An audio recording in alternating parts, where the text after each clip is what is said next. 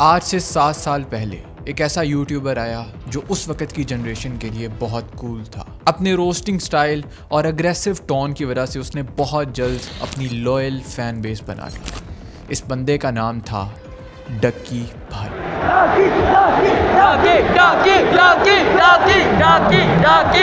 लेकिन आज वही डक्की भाई जो दूसरों की माओ बहनों पे बात करता था, उनको गालियां देता था, उनकी इज्जत को रोलता था, खुद उसी रास्ते पर चल रहा है जिसकी वजह से वो दूसरों को क्रिटिसाइज किया करता था। आज की इस वीडियो में हम बात करने वाले हैं पाकिस्तान के सबसे बड़े यूट्यूबर के डाउनफॉल के बारे में।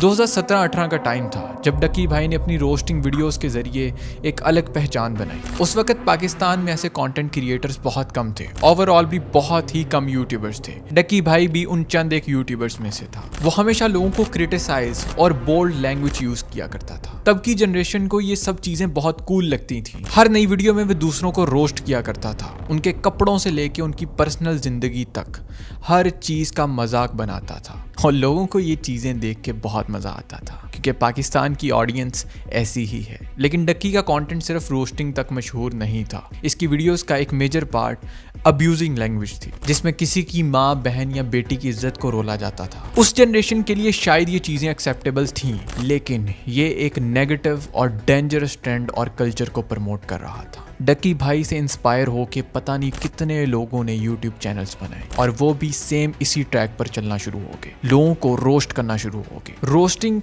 एक नॉर्मल तरह की होती है, लेकिन ये वाली रोस्टिंग बहुत बोल्ड थी, जिसमें अब्यूजिंग लैंग्वेज के बगैर कुछ बोला ही नहीं जाता था। खैर, डक्की भाई की सबसे बड़ी कंट्रोवर्सी उस वक्त शुरू हुई जब उसने शाम इदरीस को रोस्ट करना शुरू किया। शाम जो उस वक्त डेली व्लॉगिंग करता था, प्रैंक्स करता था, अपनी वाइफ फ्रॉगी के साथ वीडियोस बनाता था, तब डक्की भाई इनको क्रिटिसाइज करता था, इनकी वीडियोस का मजाक बनाता था कि शाम अपनी वाइफ को व्यूज और पैसे कमाने के लिए यूज करता है। ये लड़ाई सिर्फ दो लोगों की नहीं थी, ये लड़ाई थी दोनों की ऑडियंस की। ये लड़ाई इतनी ज़्यादा बढ़ गई कि दोनों यूट्यूबर्स की ऑडियंस भी इसमें इन्वॉल्व हो गई और दोनों तरफ से पर्सनल अटैक होने लगे।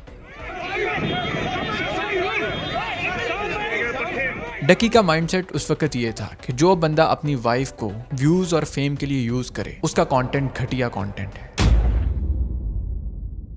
लेकिन ख्वातीनो हजरात, आज 7 साल बाद अगर आप डक्की भाई का कंटेंट देखें तो वो एग्जैक्टली उन्हीं चीज़ों पर बेस्ड है जिन पर डक्की भाई 7 साल पहले तनकीद किया करता था। जो चीज़ें उसे उस वक्त हेटेबल लगती थी, आज वही चीज़ें वो खुद कर रहा है। आज डक्की अपनी वाइफ के साथ कंटेंट बनाता है, अपनी वाइफ को अपनी वीडियोस का सेंट्रल पार्ट बनाता है और उन वीडियोस को बना बना कर उनसे व्यूज़ और पैसे कमा रहा है। वो बंदा खुद अपने प्रिंसिपल्स के खिलाफ चला गया, वो प्रिंसिपल्स जो शुरू में उसने अपने फैंस को सिखाए थे। And this is called Karma. जिस तरह डक्की आज से 7 साल पहले लोगों की माओ बहनों पे, बीवियों पे बातें करता था, आज एग्जैक्टली लोग उसी तरह डक्की पे बात करते हैं। अब ये चीज़ डक्की से हजम नहीं होती। जैसे कि मैंने अपनी पिछली वीडियो में कहा था कि ये लोग खुद अपनी प्राइवेसी को ब्रीच करते हैं, अपने घर के मामलात, अपने पर्सनल चीज़ों को एक्सपोज करते हैं, और जब तीसरा बंदा इन पे बात करता है, इनकी प्राइवेसी पे बात करता है, तो इनको दुख पहुंचता है। फिर ये लोग फेक FIRs करते हैं, अगले बंदे का यूट्यूब चैनल बंद करवाने की कोशिश करते हैं, उसकी वीडियो रिमूव करवाने की कोशिश करते हैं, उसको स्ट्राइक्स भेजी जाती हैं,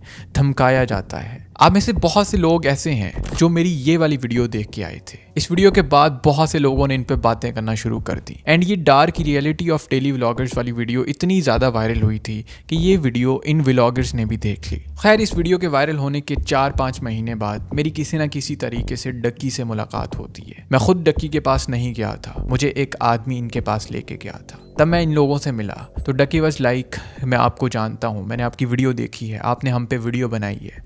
तो आई वाज लाइक यस, मैंने आप पे बनाई है, लेकिन मैंने कोई भी अब्यूजिंग लैंग्वेज या कोई भी ऐसी चीज़ इस्तेमाल नहीं की जो आपकी प्राइवेसी को ब्रीच करे, जो आपकी प्राइवेट लाइफ को एक्सपोज करे। मैंने सिर्फ फैक्ट्स की बातें की हैं। एंड उस वक्त मैं अकेला था एंड मेरे सामने 4-5 यूट्यूबर्स बैठे थे एंड वो जो 4-5 यूट्यूबर्स और टिकटॉकर थे, उन लोगों ने भी मेरी वीडियोज़ को देखा था। एंड तब मुझे डक्की ने कहा कि कोई मसला नहीं, तुम मेरे पे वीडियोज़ बनाओ, जैसे मर्जी बनाओ, मुझे इस चीज़ से कोई इशू नहीं है, आपका कॉन्टेंट है, आप बना सकते हो। एंड उस वक्त वो बंदा मेरे साथ इतना हम्बली मिला कि मुझे लगा कि यार लोग तो इस पे ऐसे ही बातें करते हैं, ये तो बहुत ही हम्बल इंसान है इन अ रियल लाइफ। उस वक्त उसने मुझे डोनेशंस दिखाई कि मैंने फ़लस्तीन को इतना डोनेट किया है लेकिन मैंने पब्लिक नहीं किया, दिस एंड दैट। हमारी काफ़ी देर बात हुई, मैं तकरीबन 1 घंटा उनके पास बैठा रहा। उनके साथ मुलाकात करने के बाद मैं वापस घर आ गया और मैंने डक्की की सपोर्ट में वीडियो डाल दी कि डक्की तो बहुत हम्बल है, लोग इस पे ऐसे ही बात करते हैं, लोग इसको ऐसे ही क्रिटिसाइज करते हैं। Okay, so first of all I met with Ducky भाई आज से 2-3 हफ्ते पहले and he is a very nice गाय,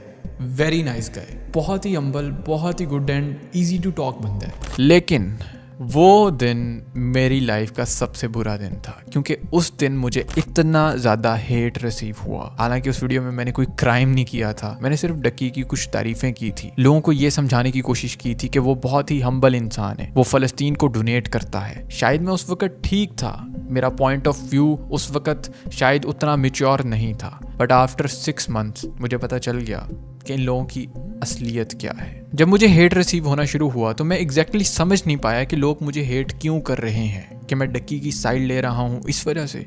क्या डक्की को लोग इतना ज़्यादा नापसंद करते हैं कि उसकी 2 तारीफ़ें करने से मुझे इतना हेट मिल रहा है। आई फील लाइक पिछली वीडियो में मैंने किसी का मर्डर किया है।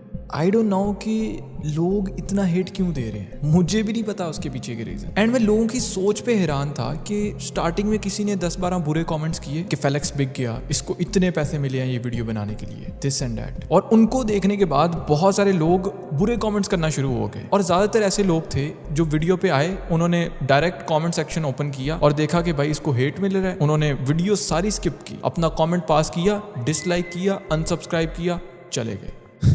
खैर ये सब अलग मामलात हैं, मैं क्यों मिला था उनसे, क्या मामलात थे, वो सब कुछ छोड़ें। लेकिन वो वीडियोस मैंने प्राइवेट कर दी। क्यों? क्योंकि मुझे हेट मिल रहा था एंड मैंने अपनी पूरी लाइफ में कभी हेट रिसीव नहीं किया क्योंकि मैंने कभी ऐसा काम ही नहीं किया। भाई हमने हमेशा हक सच की बात की है। उस वक़्त मेरे से एक बहुत बड़ी गलती यही हुई थी। खैर इस बात को 6 महीने गुजर गए, मुझे एक टिकटॉकर की कॉल आती है, वो मुझे थ्रेट करने की कोशिश करता है कि तुमने डक्की और रजब पे वीडियो क्यों बनाई।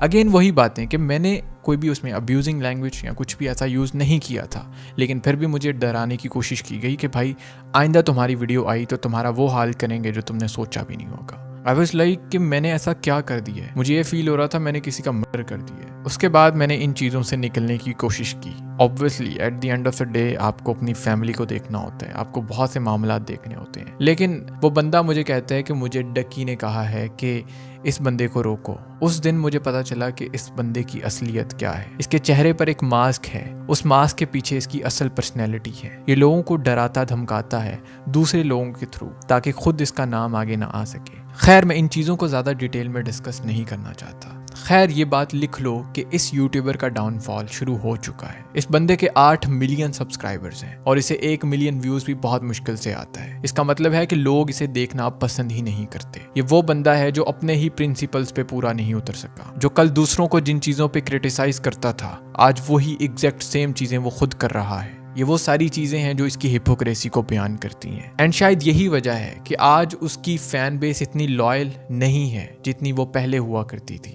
वो अपने डक्की को डिफेंड करते थे, बेशक वो अपने पॉइंट ऑफ व्यू पे गलत था, अब्यूजिंग करता था, लेकिन फिर भी उसकी फैन बेस इतनी लॉयल थी कि वो दूसरे क्रिएटर्स को इतना हेट देती थी कि अगला क्रिएटर वैसे ही डिप्रेशन में चला जाता था। जैसे बदला ब्रदर का केस था, शाम इदरीस का केस था, तब लोग उनका मजाक बनाते थे कि ये सब लोग तो बस ऐਵੇਂ ही है, हमारा भाई है, हमारा डक्की भाई है, वही ब्रांड है, वही सब कुछ है। यही वजह है कि आज डक्की का कंटेंट बच्चों से बढ़कर मुझे नहीं लगता कि बड़ा इंसान देखता होगा। उसकी ऑडियंस वो ख़त्म हो चुकी है, जो उसकी वीडियोस में थोड़ा बहुत इम्पैक्ट था वो भी ख़त्म हो चुका है। एंड मजीद आने वाले दौर में ये यूट्यूबर ज़ीरो हो जाएगा। इस बंदे ने अपना करियर खुद खत्म किया है। At the end of this video I just want to say कि अगली बार जब आप किसी कंटेंट क्रिएटर को फॉलो करें तो उसके वर्ड्स के साथ साथ उसके एक्शंस पर भी ध्यान दिया करें, क्योंकि कभी कभी वही लोग सबसे ज़्यादा गलत होते हैं जिनके फैंस उनको हीरो मानते हैं। डक्की भाई ने उस वक्त बहुत मेहनत करी होगी, इसका एक सफ़र रहा है, ये ऐसे ही उठ के नहीं आया यूट्यूब पे। But at the end of the day अपने ऑडियंस के ट्रस्ट का गलत यूज़ किया। हर वीडियो में बैटिंग को प्रमोट किया, ट्रेडिंग को प्रमोट किया, फ्यूचर ट्रेडिंग जो कि हराम ट्रेडिंग है, और अभी भी इसके पैसे की भूख नहीं मरी। आप इस पूरी स्टोरी के बारे में क्या पॉइंट ऑफ व्यू रखते हैं कमेंट सेक्शन में ज़रूर बताइएगा। मैं हर इंसान का फीडबैक पढ़ना चाहता हूँ। मिलता हूँ आप लोगों से नेक्स्ट वीडियो में। अपना बहुत ज़्यादा ख्याल रखिएगा। दुआओं में याद रखिएगा। फेलिक्स को दीजिए इजाज़त।